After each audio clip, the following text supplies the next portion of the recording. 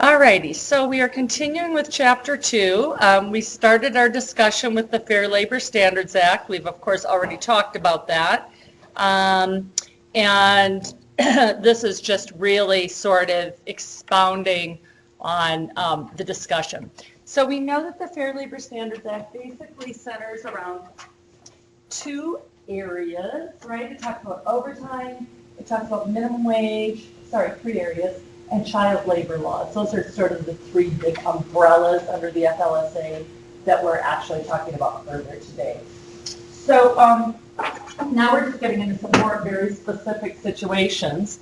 Like I said, this movie that we just saw yesterday, The Help, was based in late 1950s in Jackson, Mississippi, and it was all focused on the African American domestic maids that everybody's livelihood was taking care of white women's homes and babies.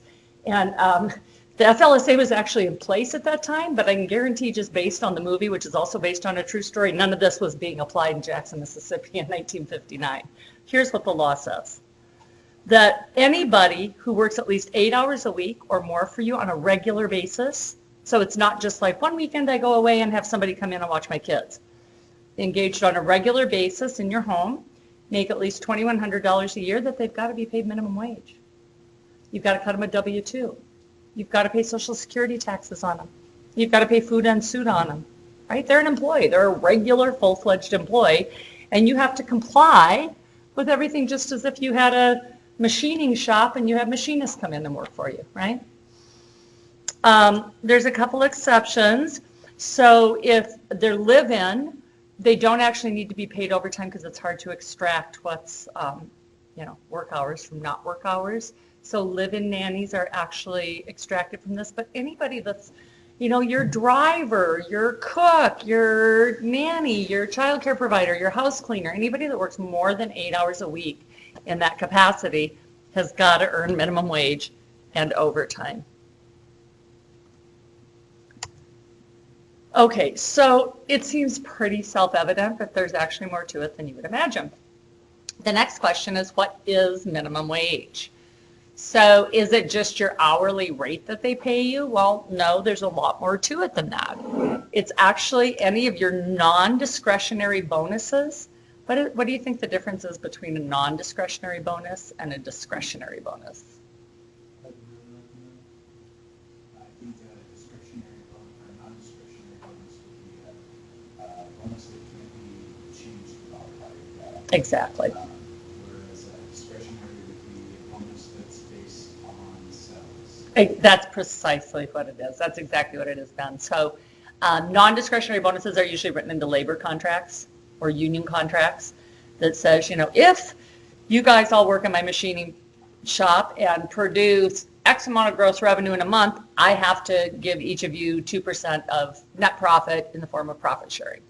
Non-negotiable, right? Whereas a discretionary is, I just look at my profit and loss statement once a quarter and I'm like, yeah, you guys have done great. I'm going to bonus you out 4%. Or, yeah, I'm taking my family to Cabo. I don't feel like doing it at all, right? That's discretionary. So non-discretionary bonuses become part of the calculation for minimum wage. Why is that important? Yeah, I could actually be paying you on an hourly rate less than minimum wage, but your non-discretionary bonus gets you up to minimum wage. Okay. Commissions are included. On-call or differential pay. Everybody knows what on-call is, right? If you're carrying some sort of, used to be a beeper in the day, now obviously it's your smartphone, that requires you to come into work and they pay you to keep your phone charged and on you and responsive. That's included in minimum wage. And then what's differential pay?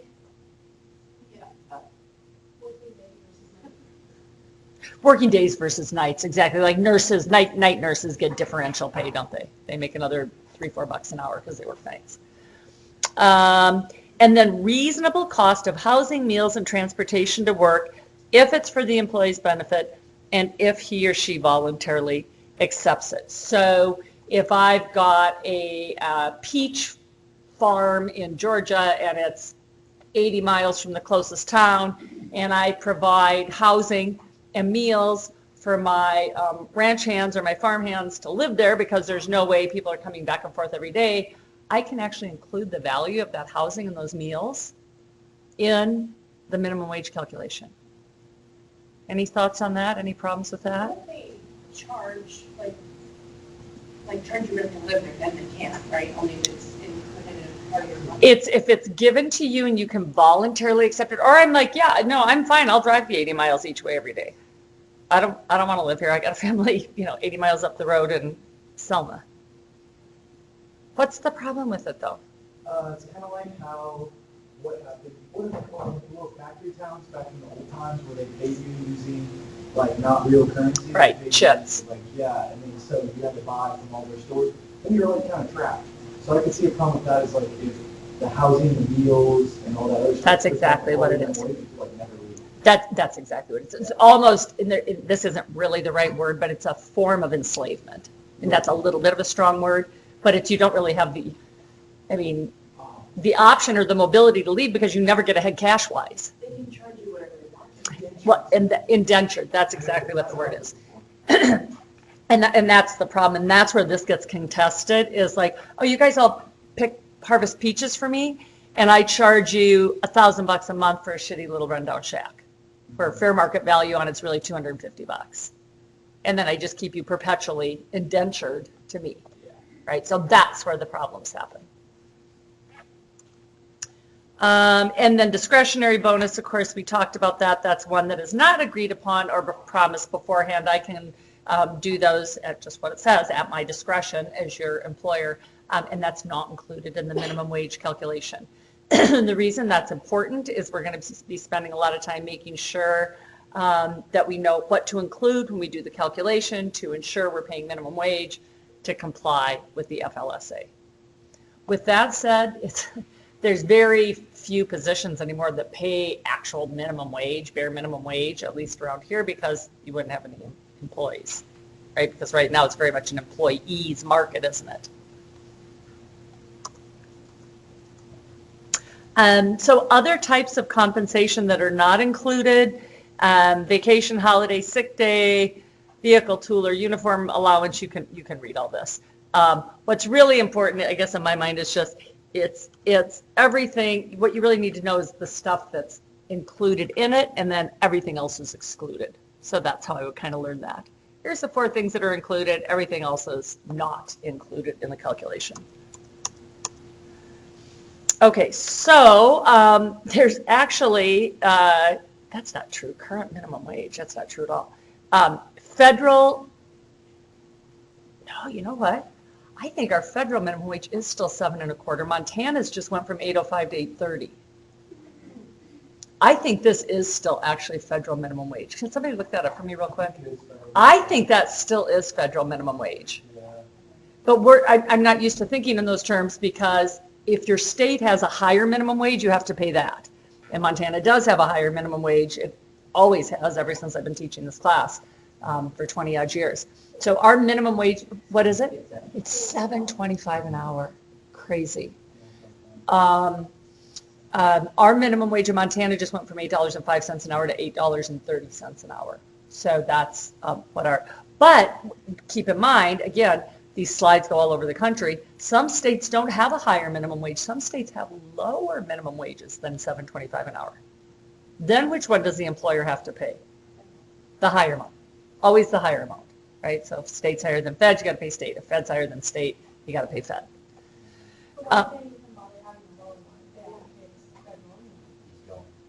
Well, we're going to see there's some exceptions to people that don't have to be paid federal minimum wage. Then you can pay the lower state minimum wage. Did you have a weigh in? Well, you have to be an interstate commerce too in some way to have the federal minimum wage. Right, and like Scott said on that very first slide we saw, is every company have to be compliant with the FLSA? No. Remember what the rules were? People, for enterprise, people involved in interstate commerce or for employees have to be involved in interstate commerce. There's got to be some involvement with interstate commerce. And what was the minimum annual gross? $500,000. Well, I can tell you right there, That throws out a lot of small businesses in Missoula, you know, or down in the valley or whatever. They're not doing 500 grand a year. So yeah, there's a bunch of organizations that don't have to comply with this. Okay, so here's the exceptions to federal minimum wage. Training for the first 90 days, if you're less than 20 years old, I've only got to pay you $4.25 an hour. Institutes of higher education, we have this situation here where you're actually doing like a practicum or application-oriented work. Full-time students, so like our folks down in culinary that run catering, we don't do this, but we could by law only pay them 85% of minimum wage. Okay.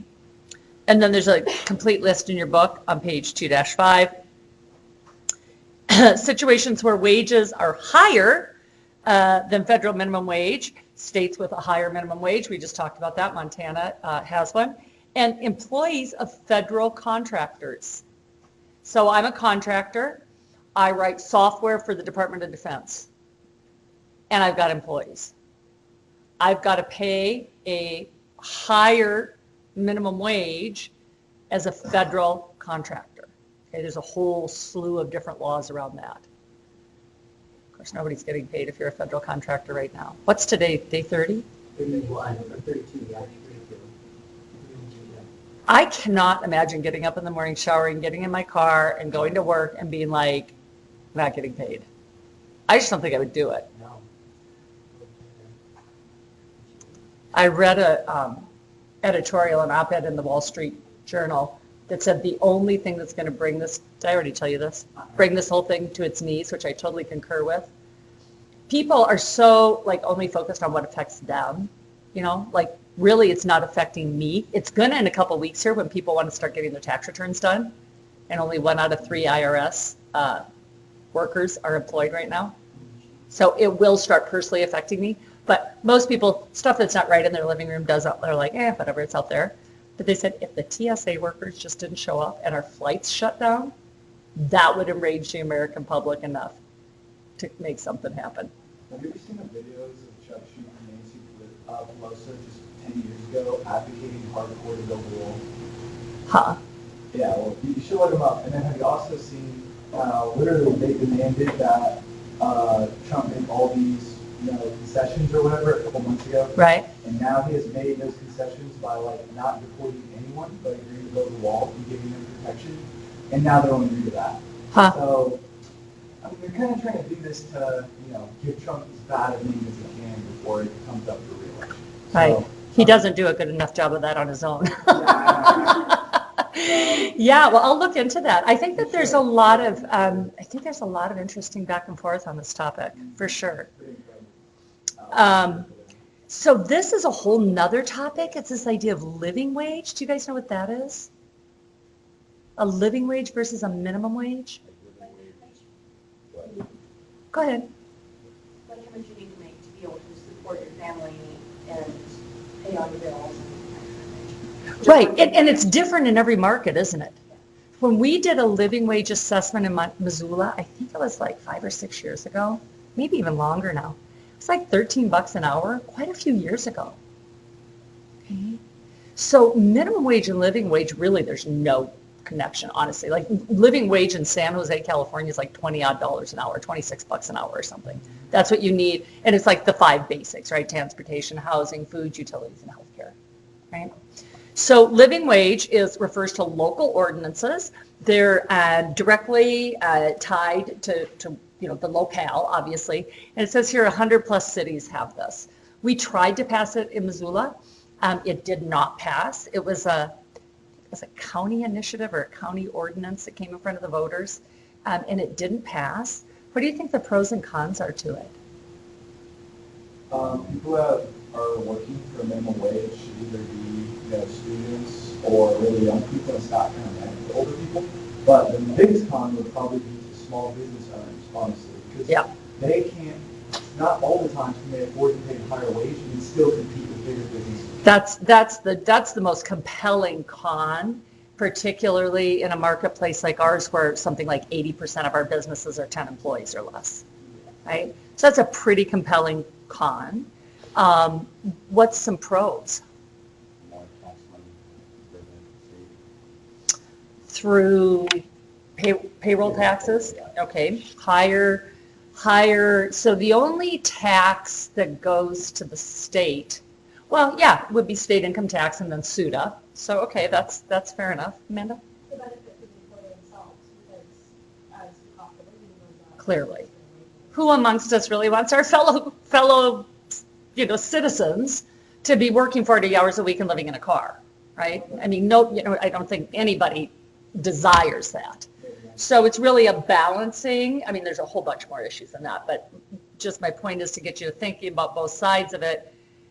We have got to have some way to prop up people that are working 40 hours a week and are standing out in line in front of the food bank, every night for dinner and sleeping in their vehicles. And that's a huge issue in Missoula, Montana.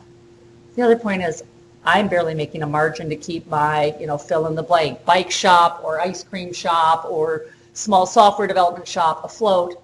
And if you make me raise my wages $6 an hour, I have one option. What's my option? Fire your employees. Well, okay, that's an option, downsize, but pass it on.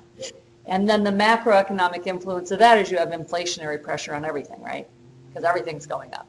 So then all of a sudden the $13 an hour that was just living wage a year and a half ago isn't really living wage anymore because there's been this upward pressure. So it's really, I can't tell you I've seen any cumulative studies on what living wage has done in the 100 cities that have embraced it. We have a pretty heavy anti-regulation environment in Western Montana, although Missoula is extremely progressive. So I don't know why it didn't pass, and I'm surprised it hasn't been brought to the voters again. I've only seen it the once. Are those 100 cities like New York and LA and like? Oh no. Or like, No. A lot of them are actually towns that look like Missoula did 20 years ago. Bend, Oregon, Telluride, Colorado, Sun Valley, Idaho, all these little towns that got discovered like Missoula has a really huge run-up in housing costs, which makes for a really large population of working poor. I mean, that's San Jose, Silicon Valley, all those kinds of towns. So I went to like the Missoula Master Downtown Plan. I don't know if you went to that, but they want to build like, where in Pierce Park, the little carousel? Mm-hmm. So they want to build like a 4-story level parking garage and have a bunch of like affordable apartments on top of that. Right. And we're bringing over 22 million in revenue. Right. And literally, it was really split because we could see what everyone voted. Right. Like 40% of the people wanted it, the other 40% didn't. And the only reason the other 40% of people didn't is because it's going to block the view of the river. Yeah, it's a huge issue, you guys. I was like, we need more housing though, come on. Yeah, we're in a town that's geographically constrained, right? 3 rivers, 5 mountain ranges, 2 wildernesses. I mean, it's a pretty rare situation, actually. So, it's like, oh, I'm really into sustainable business and green living. Nobody in that world wants sprawl. Nobody wants a bunch of people out on I-90 with sprawl. Because obviously what happens if I can't afford to live here, I'm moving to Clinton or Drummond or Darby or fill in the blank, right? And then I'm getting in my car every day and I'm driving back and forth. That's not really desirable. You have lack of community. Your kids are in a different town than you are for your work day. Tax base erodes to these little towns. There's a lot of things that aren't good about that. The other side of it is, really, if we build up, we can house a more consolidated, condensed population. But people are like, but we love our open space. We don't want that. And it's like, okay, let me go back and put the options on the table again. We either are going to have sprawl or we're going to, and when you look like from a green planning perspective, and this is so counterintuitive, but not really when you understand it, the greenest cities are like the New Yorks and the San Franciscos and the Seattles that are very small spaces and built straight up. They live in small apartments. The average apartment is 700 feet, not the 2,900 feet homes we all live in here, et cetera, et cetera. People walk. My kid in DC doesn't own a car. Why would he? So that kind of thing. Anyways, but it's an interesting discussion. Okay, this is a pretty big deal. And about the time that I take you through all this, actually, let me go back up here. About the time I take you through all this, then I have to also say it's different in Montana. So first off, let's just talk about what's different. The first thing is the tipped employee definition is the same between the FLSA and Montana. It's anybody that's regularly tipped more than $30 a month. So it's your cosmetologist and your waitress and your bartender and your dog walker, like regularly tipped people, okay? Not just somebody that randomly gets a tip once. But here's where the difference is. So there's actually a minimum tipped wage of $2.13 an hour, okay? And therefore, the tip credit that an employer gets is $5.12 an hour. So when you add those two numbers together, what am I talking about? I'm talking about federal minimum wage.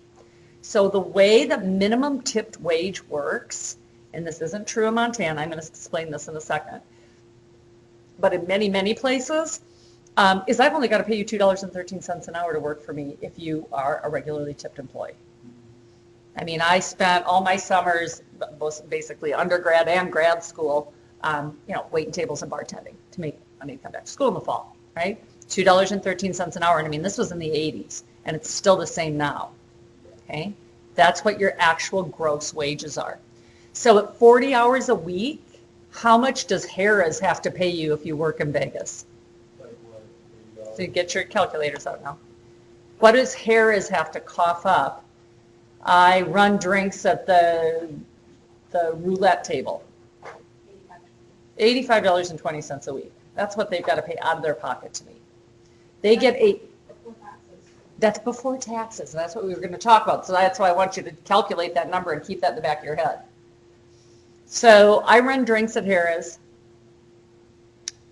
It depends upon, what level of gambling I'm at. So I don't actually know. I don't know why I made up the roulette wheel. I don't know if that's high rollers or not. Is that high rollers or low rollers? Higher rollers, roulette table, the roulette wheel. Okay, so let's say I make $700 a week running drinks.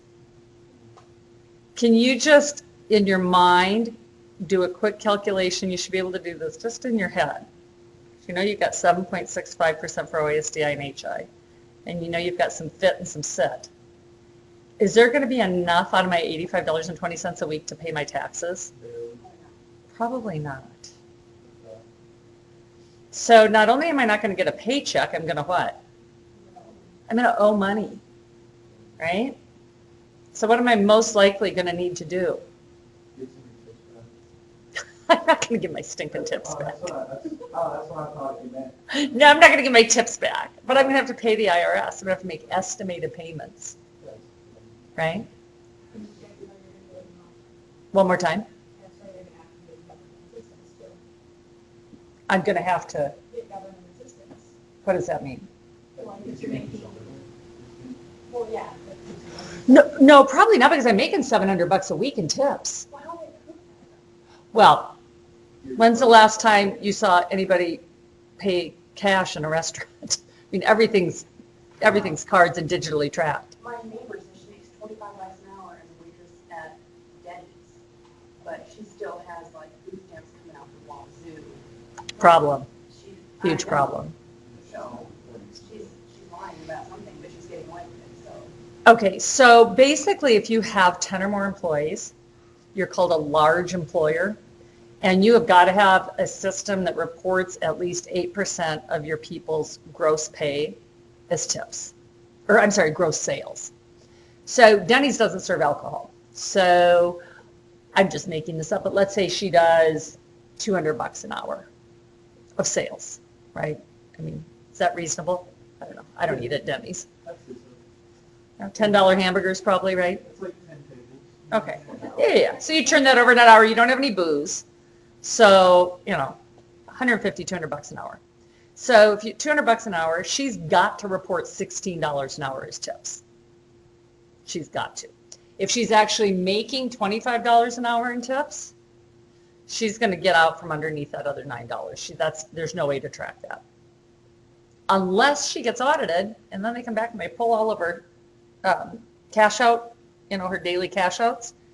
And since most people do pay with cards, but believe me, like I said, the IRS has 1 out of 3 employees working for them right now. They are not auditing the waitress from Denny's.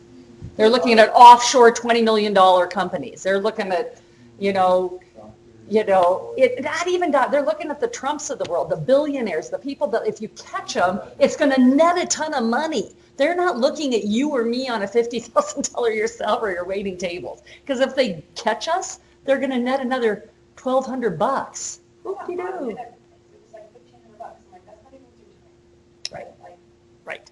That's what I'm saying. But what sucks is that's exactly what's wrong with the system. But what people don't understand, everyone's like, no, more regulation. It's like, if you want to track shit like that, you do have to have regulations because people aren't going to self-report. They reckon that 1 out of 2 of us don't report our income accurately on our tax returns. And I can't even tell you the numbers that they tell us that costs us on an annual basis. Amanda? She said that she has to claim 8%, so Mhm. $60. Right. Say the person is waiting tables and they're not getting tips. And either bad or wrong, they're so addicted to tips. And they're not getting that $16. That you can actually appeal it. But I mean, if you're so bad you're not getting tips, you're probably not holding on to your job. Right? But some people don't like tips either. Yeah. It's really funny. Like in Europe, they'll chase you down the street with the money you left on the table. Yeah. You left money. It's like, it's called a tip. Okay. So here's the scoop. At the end of the day, your employee has got to make $290 minimum weekly gross. Fair. Bottom line. If I'm only paying you $2.13 an hour, minimum tipped wage, you've got to be getting at least $5.12 an hour in tips, right? So, but the issue is in Montana, there is no minimum tipped wage. It's just regular minimum wage. That's probably what it is right there. She makes $8.30 an hour from Denny's, Brooke, in addition to her tips. So we don't have minimum tipped wage in Montana. You have to pay just regular old minimum wage to servers in Montana. But if you go across the border to Idaho, you don't. Okay, and I will tell you that the legislature's in session right now. And I will tell you every biennial session, we have a really powerful bar and restaurant lobby in Montana. Of course they want to roll this back and pay minimum tipped wage of $2.13, not $8.30.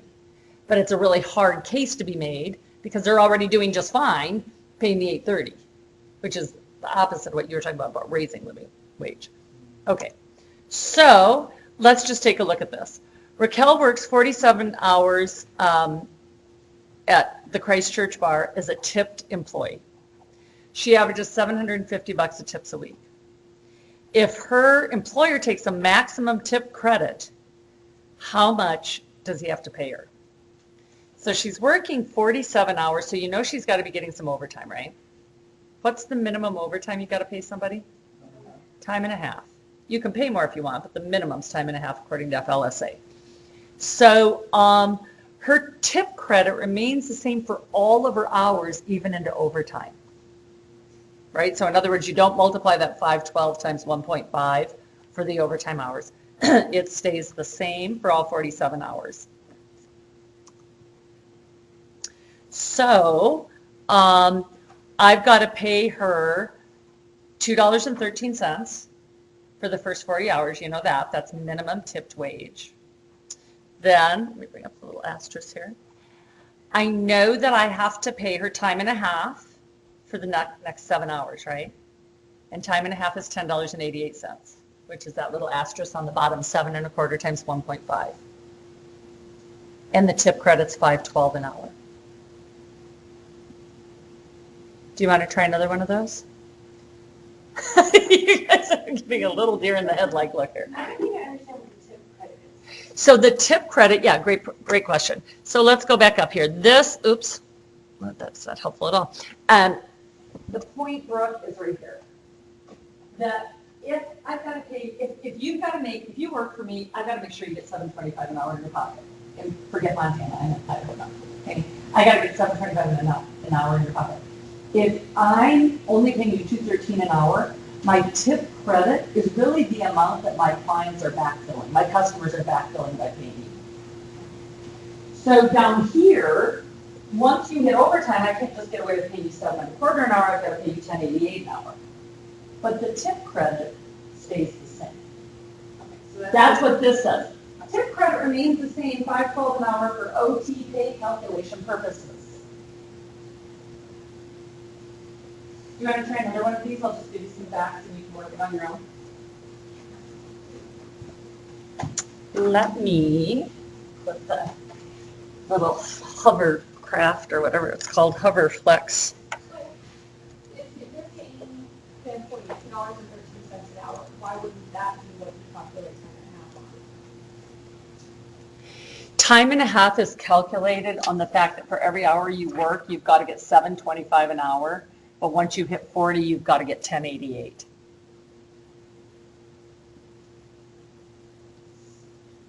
So here's the rules. Up to 40 hours, I've got to pay you 7.25, right?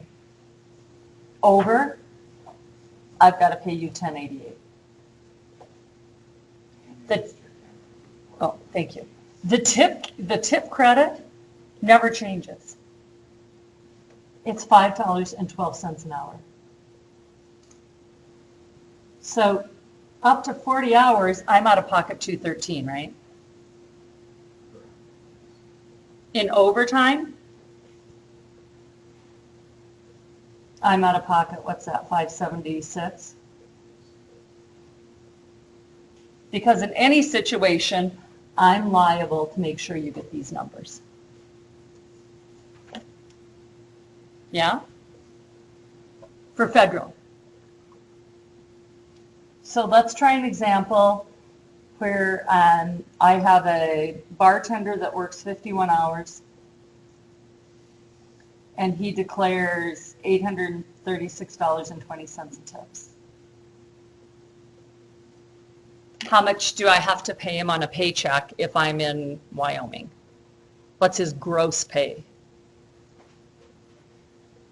What do I have to cut him a gross check for?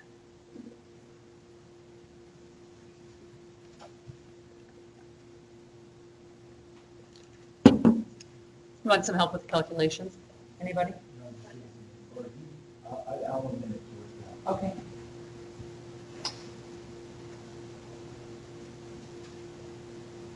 But when I ask this kind of stuff, if you don't even know where to start, just raise your hand and I'll come over and jump straight in.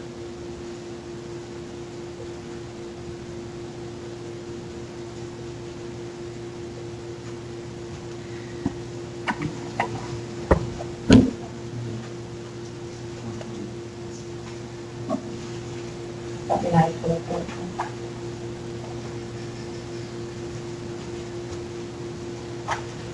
That sounds about right.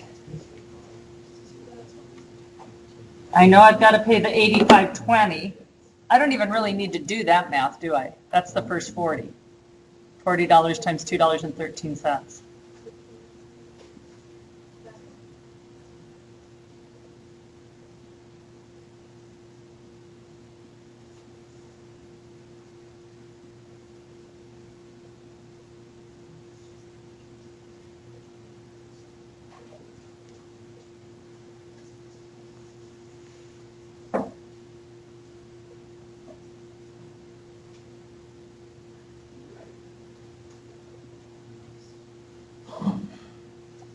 I think that you are right, Ben.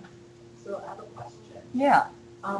So when you talk about she averages the amount for her total security, like, that clearly doesn't apply into the equation, so that is like additional information we don't really need. What if I told you this, though? It is information that you always need. What if I told you this?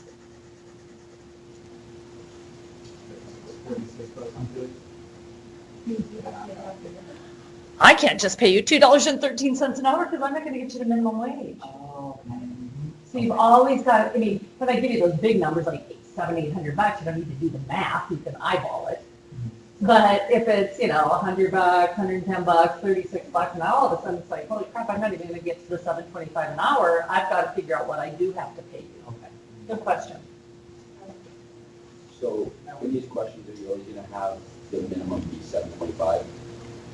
Yes, when we're talking about FLSA, we just determined that is in fact current federal minimum wage. So as an employer, to say they do only report the $36.20, and it's at the end of the pay period, but you've agreed upon paying them for the two 13. 213, thank you. Yep.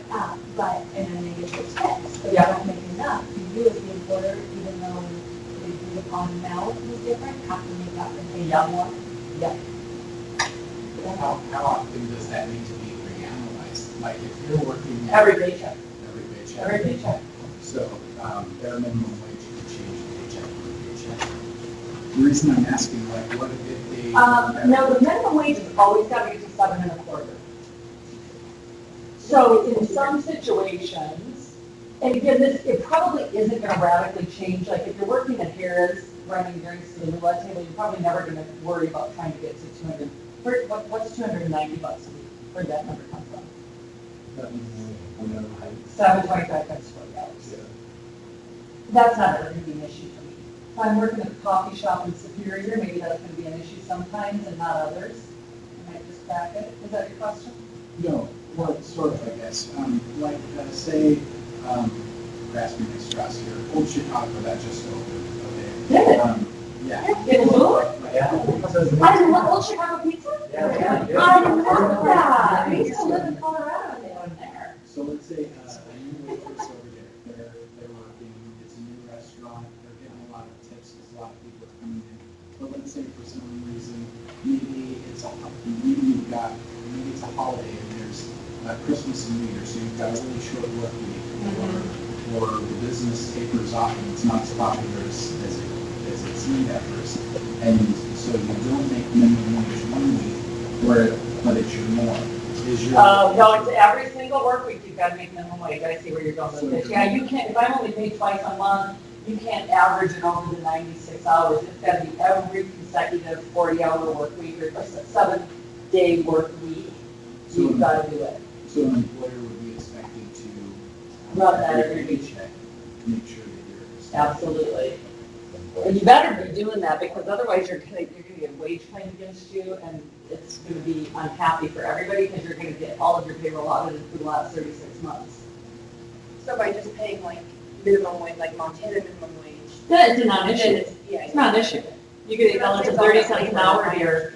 They don't care. We're gonna see other stuff they have to comply with, like the 8% rule, that they've gotta have some That system. should be an easy calculation, instead of like trying to figure out everybody's. Well, it's easy in the sense that everybody, I mean, maybe it doesn't apply to a coffee shop in Superior, but I mean, most places that you go these days, I mean, at the end of your shift, as, you know, you have to have a digital readout of your sales. You can't clock out till you know, gotten all the data entered, and then your 8% number pops out. You sold $2,200 tonight, the minimum you can report on your tips is $173.60. Now, with that said, what does the law say about reporting your tips? Does it say 8%? You've got to report all your tips. They only track 8%, unless you get audited and they come to the digital trail. So what percentage of people do you think report their real tips? I don't know what the number is, but, you know, I mean, I can tell you, people report what's tracked, and they don't report what's not tracked. One more time, cash money for what? So like, when I was at the car wash, we had personal tips. You should have told your guy at H&R Block that. Nobody does that at the car wash. Yeah, or nobody tells their accountant. Oh, by the way, could you tack on $1,500 of guys that give me $5 bills when I drive their car off? Yeah, that doesn't happen. But if you were ever audited and they could prove it, you would go to jail. Totally kidding. Nobody cares about your car wash tips. Like you're supposed to do even like gambling, like you win $800, you just report That's that. traceable though. Once you hit $1,300, you get a 1099-G. How do they get your info? Like, They're not going to pay you out till you give them your TIN. With 600, you have to fill out tax forms. The $600 amount isn't for gambling, the $600 amount is for earnings as an independent contractor. Gambling's $1,300 a year now. but a year, I mean, like you hit like $100 like every time you go in. They're not going to track it. Unless you're in some, like, one of the, I don't even know if I don't really know the, like, all of them, casinos. But if I did, and it was the same one, and I was part of some, you know, system where you got points and they gave you some free chips or whatever that stuff all is, then they could track my cumulative earnings, because I'm there every Friday morning. Yeah, they get in cash. Yeah. My personal favorite is now, like, you go to Vegas and people are, they've got something around their neck that's plugged into the machine. The one place left in America you can still chain smoke inside. So, Awesome. So I'm sure we'll talk about this in a different point. What about salary employees then?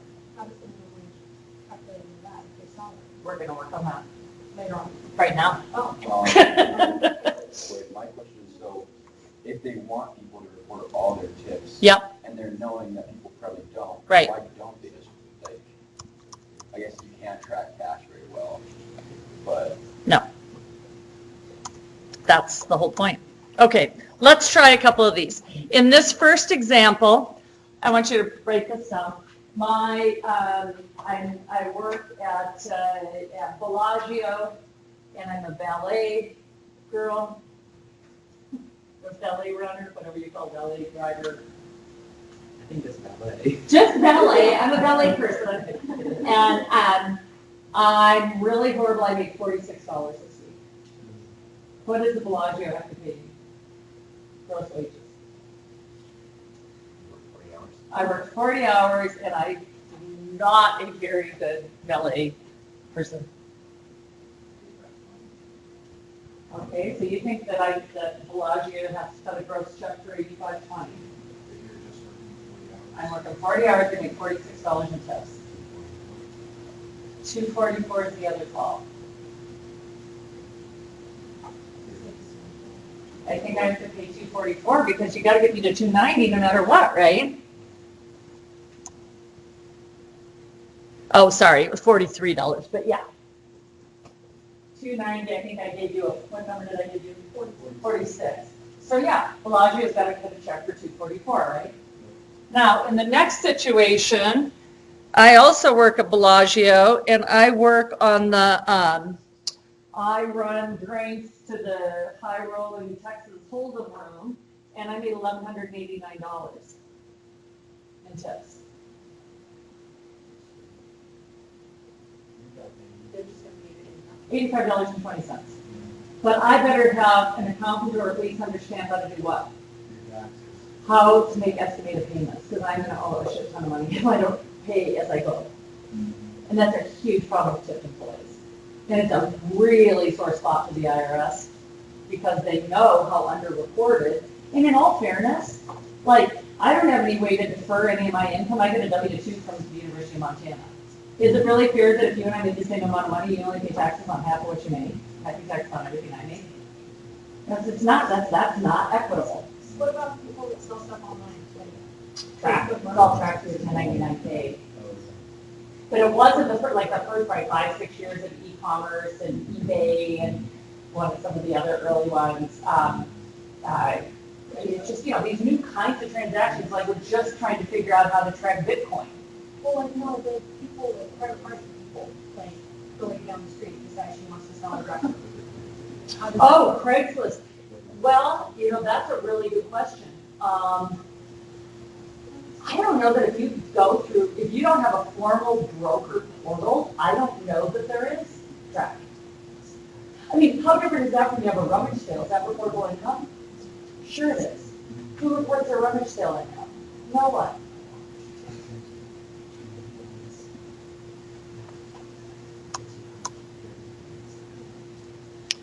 Okay, service charges, like bottle service or room service, cannot count towards the tip credit. These are considered wages and subject to withholding. And if 75% or more, somebody asked about this question. If 75% or more of employees agree, the employer and the IRS can determine a tip rate for various occupations, and then employees are required to report tips at or over the predetermined rate. Who the heck would agree to that? Why would you agree to it? There's a situation where you would, and think about what all goes into these big casinos. Who's going to want their tips to be reported accurately, and why? The people at the very low end of the totem pole. I clean your room. I make nothing, what am I gonna be relying on when I'm 65? Social Security, How are they gonna calculate that? they can't. Based on my earnings. Yeah. I need those tips in my annual earnings, get myself over the poverty level when I retire.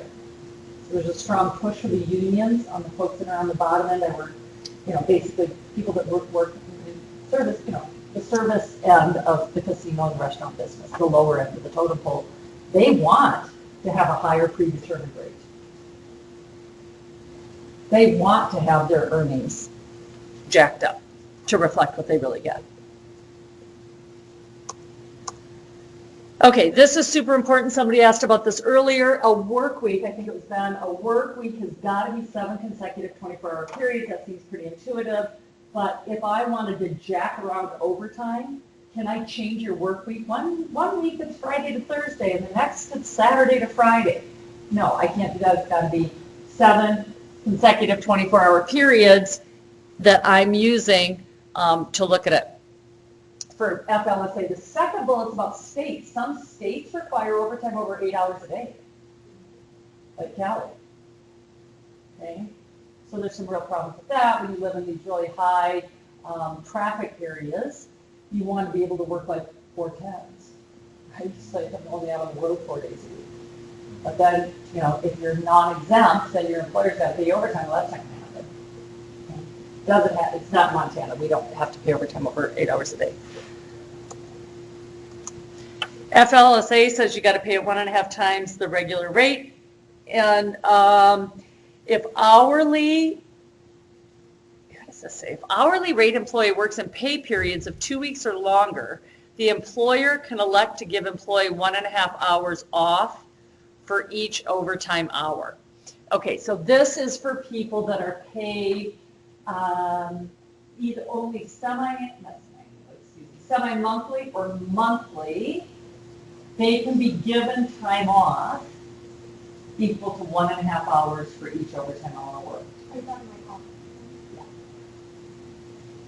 call. So this is, but this is only if your pay period is longer than 2 weeks. So keep that in the back of your head.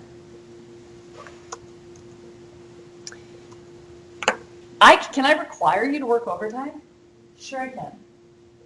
And if you refuse, I can fire you. I know, there's a lot of pieces in the FLSA is an 80-year-old piece of legislation that still has some pretty powerful stuff in it.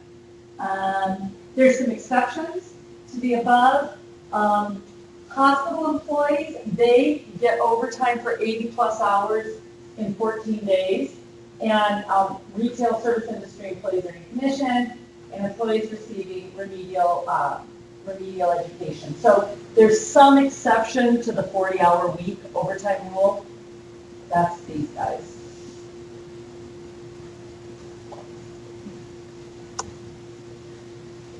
So in some very specific situations, an employer may grant something called comp time. Who's heard of comp time? What do you know about it, Amanda? It's paid out the same rate, well, you earn it at the same rate as overtime. Yeah. And usually in a bank, kind of like the vacation, the bank separate from vacation. So you work 45 hours this week, and you say, you know what, I don't want to get paid for those 5 hours. I want to set aside 5 times 1.5 or 7.5 hours of comp time for the summer when I take extended vacation with my kids. And then you can use that for like a week off vacation. Yes. You can do overtime to get vacation. You can, but only in very limited situations. So comp time is like paid time off, paid extension? Yes, at time and a half. But it's only for really specific situations, and this is where it gets pretty important. So who gets to do that? State or its political subdivisions and interstate governmental agencies may grant comp time. If you are in public safety, I'm an EMT or a firefighter, I can accrue comp time. If I'm an employee whose work doesn't include either of these activities, I can get up to 240 hours of comp time. And you've got to get paid out for your comp time if you leave. So if you leave an organization and you've got 100 hours of comp time, they've got to pay you out cash for that comp time. What was it that would be like the government's like larger companies, such as legal accounting. If you move from department to department, that department has to pay. Oh, really? Okay, okay, I'm sure they're each under their own like index fund or something, yeah.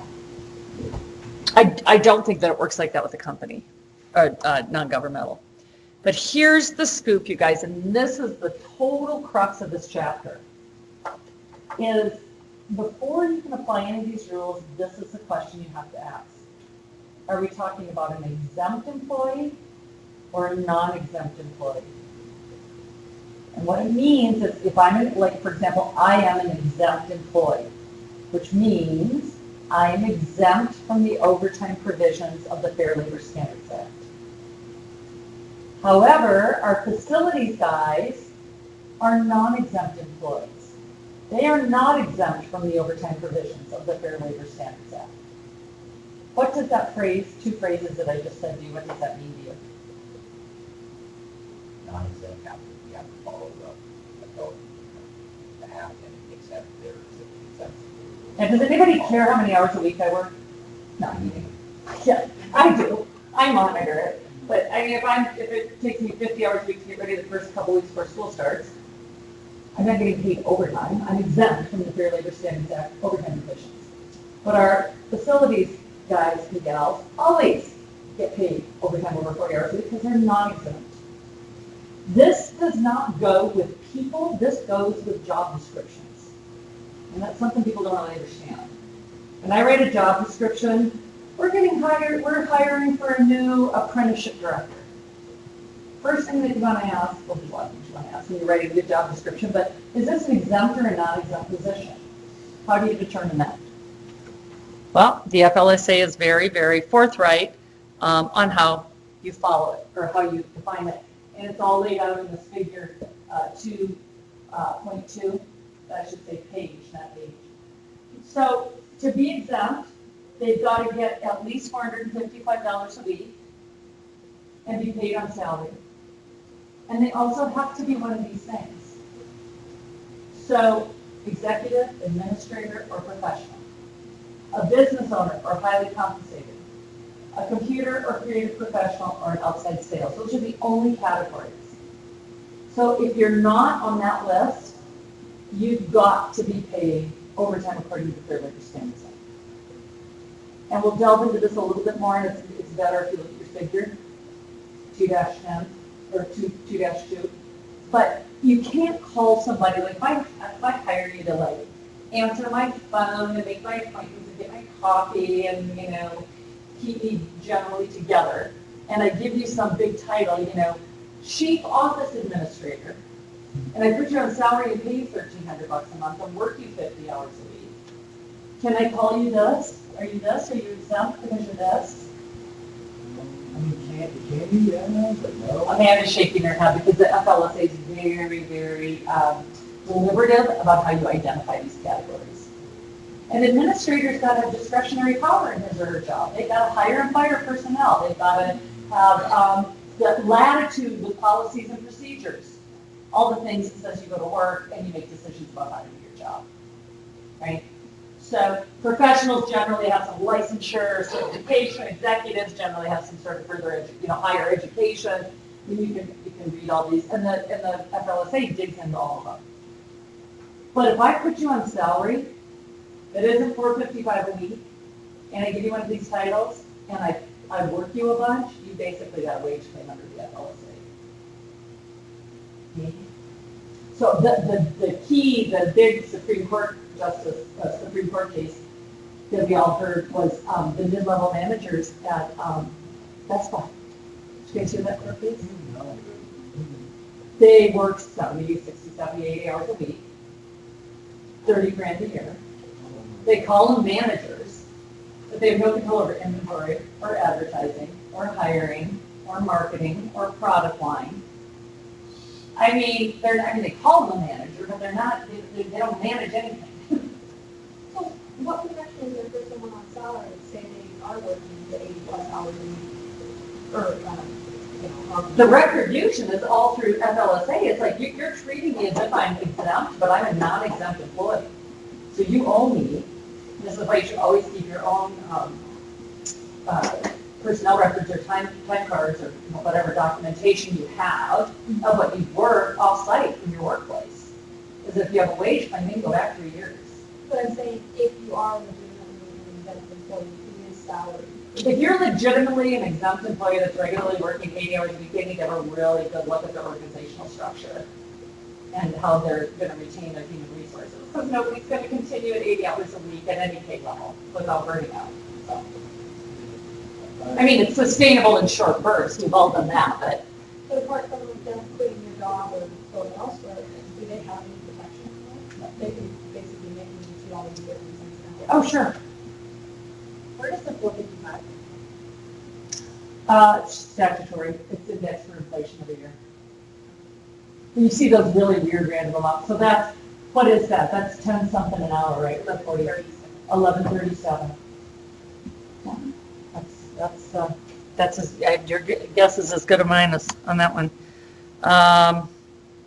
Okay, this is sort of interesting. I mean, this happens a lot, but I think one of your pieces of homework talks about this. So I'm exempt. The week that I start and the week that I end. So I started in August of 1994, and that week I started on a Thursday, let's say. In that week, they can pay me 2/5 of my weekly salary. In other words, they can allocate it. And then the week that I leave, they can do the same thing. But they can never do it the 30 years in between. So that's just a weird little thing to pay attention to. Even if you're exempt, they can make that allocation in the first and last week. Okay, blue collar workers are always entitled to overtime pay. Cops, EMTs, firefighters, paramedics, LPNs. Note, putting someone on salary doesn't make them exempt. This is a really, really common misconception. I don't get overtime because I'm on salary. This is not a true statement. The question is what? That's one of the questions. Or are you a administrator, or executive, or a business owner? Yeah. So those are all in that category. So you're saying someone's salary, say they're making $30,000, if they're not technically exempt, then it's saying that they're over 40, on top of that 30,000 salary, they have to pay 40,000. Absolutely. Absolutely. Unless there's some very specific exception to it. So let's do a couple examples. Well, we got to go through a couple more things. Okay, Equal Pay Act amended the FLSA. It prohibits discrimination by paying wages to employees of one sex at a lower rate than those of the opposite sex. And if there's unlawful pay differential exists, the employer must raise the lower rate to equal the higher rate. Okay. So that's worked, right? In America, women make a dollar for every dollar men make, right?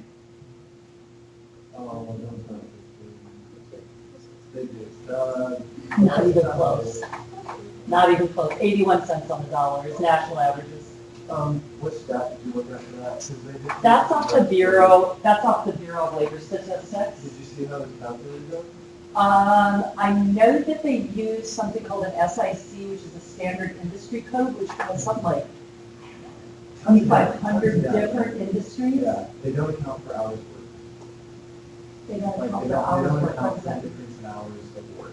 it's an hourly rate is the comparison. So if I work 8 hours or 40, it's the same Yeah, rate, but right? then there's overtime and stuff as well. So, like, whenever they did that stat, I watched like a 30-minute video. I was Okay. like, I was like, really? There's a gender gap? Like, how are women being in the same job as men not being paid? Right. But that does not account for difference in jobs. And does not account for difference of hours of work.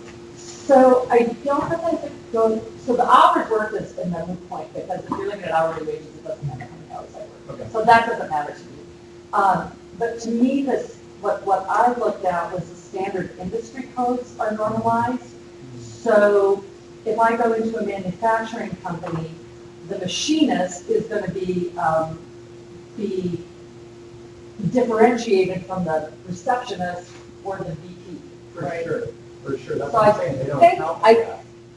Okay, I'd have to go back and look at that, because You should. I was pretty sure that that's what the SIC spoke to.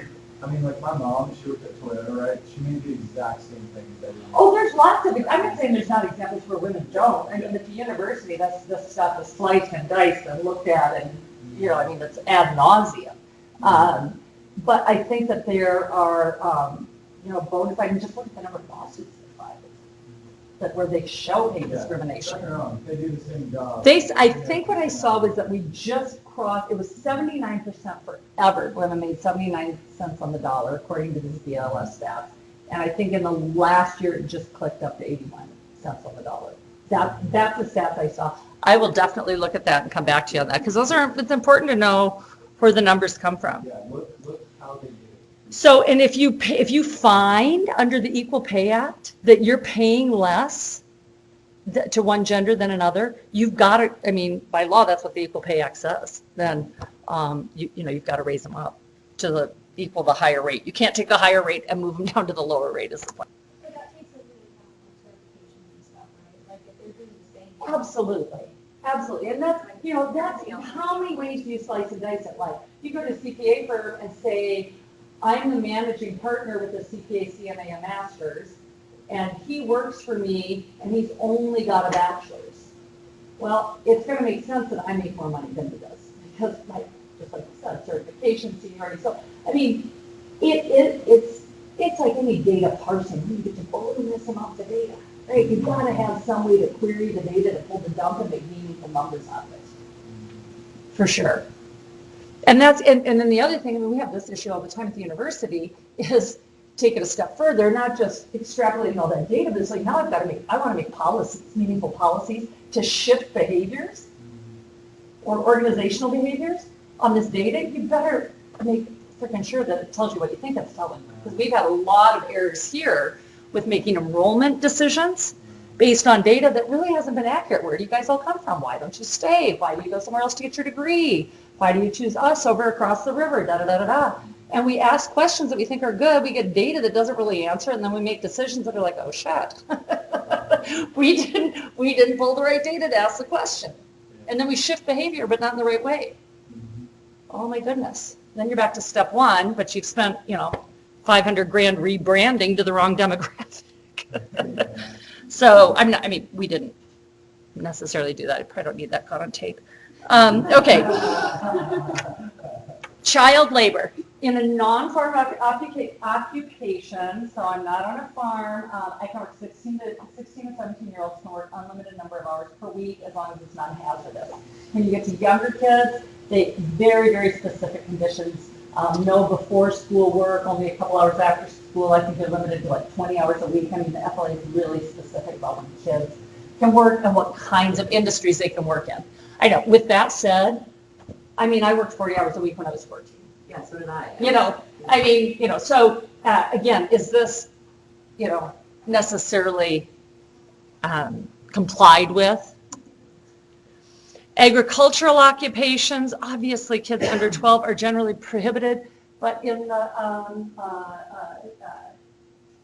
don't know, that caving isn't the right word, because this is an 80-year-old law. This is just got to be the result of an intensive farm lobby. These are migrant hand harvest kids down to the age of 10 and 11 can work between June 1st and October 15th. Strict limitations, you got to have certificate of age on file.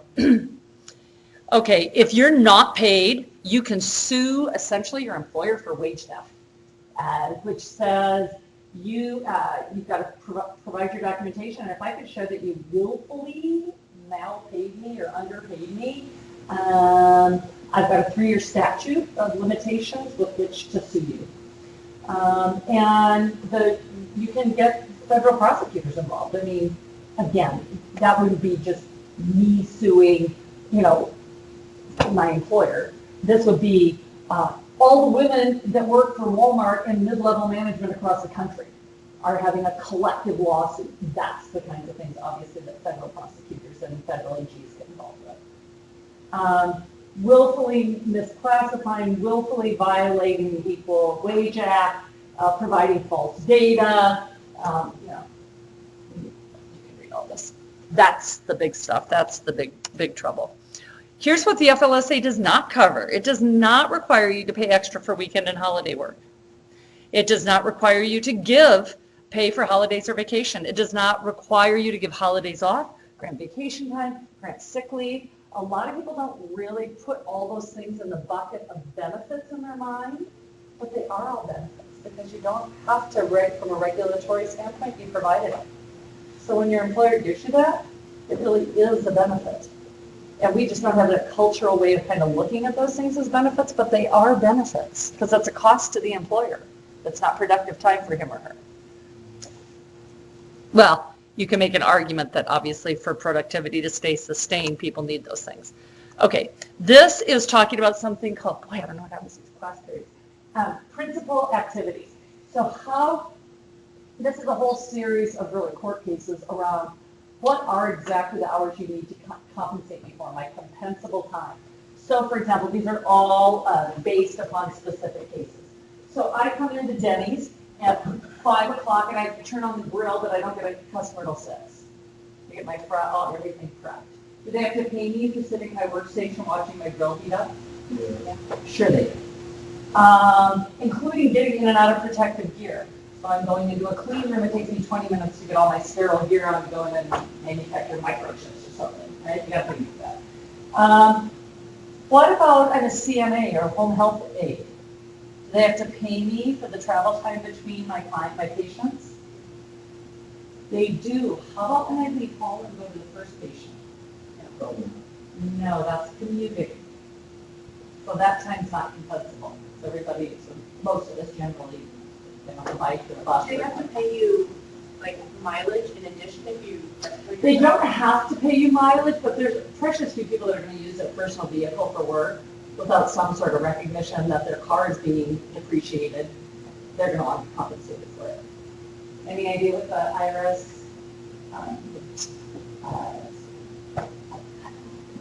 reimbursement rate is for this year? Like roughly 54 cents. Yeah, so it's significant.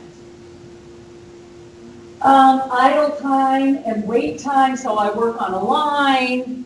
I bottle beer and the line goes down where I'll sit there for 2 hours while the mechanics come in. They have to pay me? Sure.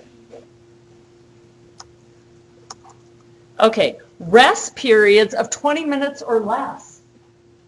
They can't make me check out. But do they have to give it to me? No. But again, just from a morale standpoint, I figure that's a checker at a grocery store or something else. They need relief. Meal times are not compensable. In other words, 30-minute or more meal time, they don't have to pay you for that. They can make you clock out unless you have to stay at your workstation or perform some sort of duty while you're doing it. Like, oh, you have to clock out, but you can't really leave the Humane Society. Well, it's like, no, this is when I go take my run for the day or do my errands or whatever. Right? So they can't, they have to pay you if you do that. Okay, this is a big thing though, this work at home. Work at home is I assemble things in my living room or I stuff envelopes for a telemarketing firm in my living room. I do something at home. Every single thing that I do at home for a non-exempt employee is compensable.